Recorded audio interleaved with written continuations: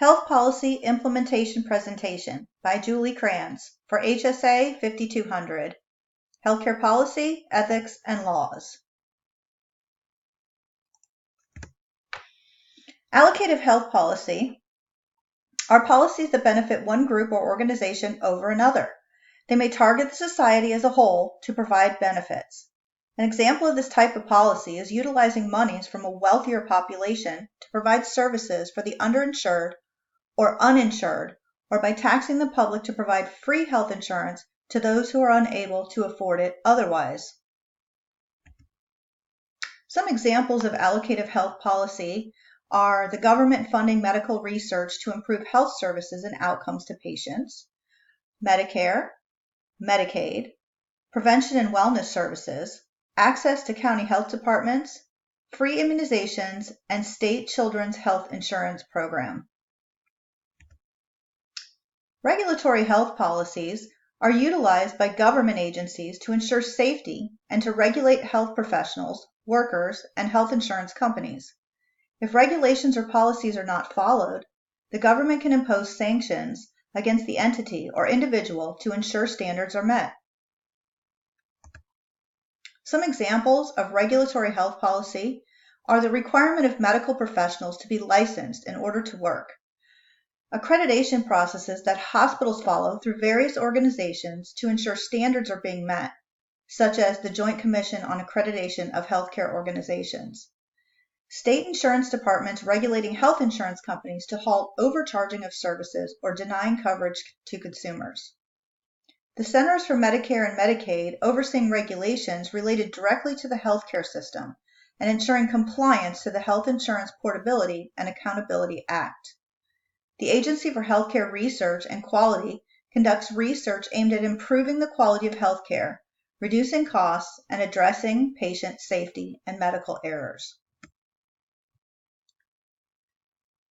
Some other examples are the Centers for Disease Control and Prevention, also known as the CDC, the Food and Drug Administration, the FDA, the United States Agency for Toxic Substances and Disease Registry. They monitor and regulate the effects of hazardous materials on public health, and the EPA, the Environmental Protection Agency. The CDC examines public health and warns of possible health threats from infectious diseases. They also monitor diseases and conditions, birth defects, disabilities, health promotion, emergency preparedness and response, environmental health, travelers' health, vaccines and immunizations, and workplace safety and health. The FDA is responsible for controlling the safety and effectiveness of the nation's drug supply for both humans and animals. They regulate food safety, feed supply for animals, dietary supplements, cosmetics, the national blood supply, medical devices, food additives, product recalls, and restaurant inspections. The United States Agency for Toxic Substances and Disease Registry monitors and regulates the effects of hazardous materials. They respond to hazardous material threats, educate the public on hazmat risks, and encourage community members and organizations' participation. The EPA was created to protect human health and the environment through the writing and enforcing of regulations based on laws passed by Congress. Health policy. Health policy includes actions or proposed actions by the government, private, public, and voluntary organizations that have an impact on health. Policy making is a competitive process with the competing interests of different groups involved in shaping the direction that health policy takes. Policy results from the national and local health needs, demographic trends, institutional agencies, and economic resources. Health policy evolves as new ideas arise and develop through stages. Policy is a purposeful, planned attempt to establish principles and programs designed to address perceived problems. Healthcare policy involves the formation and implementation of laws, rules, and regulations for managing the nation's healthcare system. The healthcare system consists of services provided by medical professionals to diagnose, treat, and prevent mental and physical illness and injury. The system also encompasses a wide range of related sectors, such as insurance, pharmaceuticals, and health information technology. Large-scale formation is done on the federal level by elected and appointed officials. They write healthcare policy with input from other professionals. Like other public policy decisions, healthcare policy on the federal level is traditionally made through the three branches of government. The legislative branch, which includes state representatives and senators, formulate the policy. The executive branch, meaning the president, approves or vetoes the legislation, and the judicial branch interprets the policy. The U.S. Department of Health and Human Services manages public health programs that include Medicare, Medicaid, and the Children's Health Insurance Program. On the smaller scale, these entities include hospitals and clinics that create healthcare policy for exclusive use. While the policies are written in compliance with local, state, and federal regulations, they are also written to address workplace safety and patients' well-being. Formalized policies fulfill several purposes for institutions, including facilitating adherence to professional practices, fulfilling requirements due to regulations, statutes, and accreditation agencies, reducing practice variations, instructing staff, and reducing human error. Each state has healthcare regulatory agencies that follow different policies determined by local legislatures. Some state-specific policies include laws that set minimum hospital stays for new mothers and babies, regulations that mandate coverage for experimental treatments, and policies that outlaw disease reporting. Healthcare policy affects not only the cost citizens pay for care, but also their access to care and the quality of care received, which can influence their overall health. The rising cost of healthcare has placed an increased strain on the disposable income of consumers, as well as on state budgets. So who is impacted by policy formation, implementation, and modification? On the downside, patients can be affected by rising costs, access to care, wait times, lower quality of care, and longer hospital stays, less disposable income for consumers. Healthcare workers can be affected by new laws mandating licensure, quality of care, outcomes, and reimbursement changes. Taxpayers can be affected by increased state levies to ensure all individuals have access to care and/or insurance coverage. Employers can be affected by the rising cost of insurance offered to employees, lower participation rates of insured, and more absences from work and greater expenses to hire new employees. On the upside, patients that cannot afford insurance may be offered free or low-cost health care services. They may qualify for transportation services and child care health services such as doctor's appointments, dental, and free vaccines. The community can be affected by a healthier status, allowing for lower unemployment rates and lower community spending. Healthcare workers can be affected by using overall patient care that includes better outcomes, shorter hospital stays, and utilizing other health professionals to treat acute conditions. Taxpayers can be affected by not having to pay for longer hospital stays, better health of the community, and streamlined payments to health professionals. Employers can be affected by less absences from work and a healthier workforce, increasing production. The determinants of health include access to care and services, lack of adequate coverage, no primary care physician or access to preventative services, availability of appointments and care for illness or injury when needed, prolonged wait times, long-term care costs, barriers such as ethnicity, socioeconomic status, age, disability status, and location of services, and transportation. Changing health policies can impact many groups of individuals, government-related healthcare entities, insurance companies, employers, and pharmaceutical entities. Employers, they're the main source of coverage that's granted from employee payments with supplements from individuals, due to tax exemptions given for payments made toward health insurance. When policy changes, employers may be faced with relinquishing health insurance for employees, causing lower rates of coverage and higher out-of-pocket costs. Medicare for low income or Medicaid for low income or Medicare for the elderly and disabled.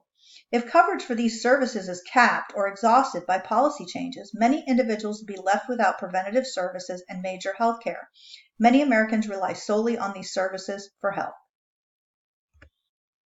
Patients. From recent policy change, many more patients have access to care by implementing that each person must have insurance coverage. The issue still exists that many physicians and healthcare organizations may not offer equal services to patients that have low-cost health policies.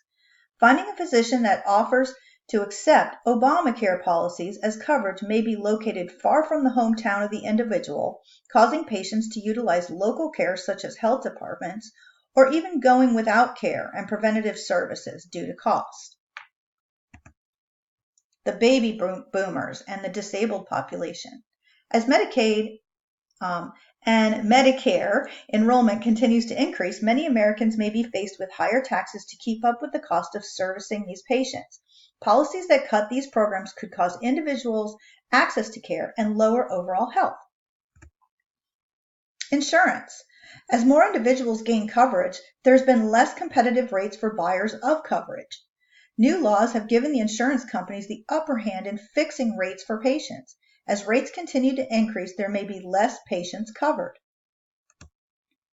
Pharmaceuticals. Pharmaceutical costs have skyrocketed in the U.S.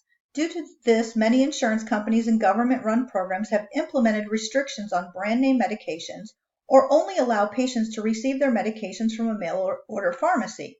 Some patients have lost access to new or more advanced care due to these controls. Under the current model, access to experimental drugs by terminally ill patients is controlled by the FDA, which must give its approval after it receives a form from the patient's physician. Right to try laws aim to allow such patients to gain access to experimental drugs without the permission of the FDA. As of August 2015, 12 states have passed right to try laws. States are also focusing on curbing prescription drug abuse and fraud as a method to contain costs. Between 2004 and 2009, there was a documented increase of 98.4% in emergency room visits caused by the abuse and misuse of prescription drugs. As an effort to combat the rise in prescription drug abuse and fraud, most states have authorized the development of prescription drug databases that can monitor the dispensing of certain controlled substances. These programs have been strengthened by federal grants encouraging their implementation. Health information technology. The adoption of modernized health IT has been promoted by the federal government as a way to increase quality while decreasing costs. For instance, the American Recovery and Reinvestment Act of 2009 required most health providers to adopt EHR records by 2015. Since 1996, health IT privacy and security has been governed by the Health Insurance Portability and Accountability Act, which required and set national standards for the confidentiality of patient information. A growing number of states are implementing laws that IT systems must track patient costs and outcomes. These systems collect data from public and private health insurance claims on demographics, types of services, and total charges. Patient outcomes may increase by allowing data to be utilized for best practices, lower admission rates, and overall patient care. As policies continue to evolve, all healthcare stakeholders will need to be involved with creating a system that works for all. Lack of adequate coverage makes it difficult for people to get the health care they need, and when they do get care, burdens them with large medical bills. Uninsured people are more likely to have poor health status, less likely to receive medical care, and more likely to die prematurely. Improving access to healthcare services depends on ensuring that people have a usual and ongoing source of care. People with a usual source of care have better health outcomes, fewer disparities, lower costs, and less chronic illness. Having a primary care provider who serves as the usual source of care is especially important. PCPs can develop meaningful and continued relationships with patients and provide integrated services while practicing in the framework of family and community. Timeliness is the healthcare system ability to provide healthcare quickly. The delay in time between identifying a need for a specific test or treatment and actually receiving those services can negatively impact health and cost of care. Patients who cannot afford treatment or coverage are most likely will experience increased emotional distress, more complications, higher treatment costs, and increased hospitalizations.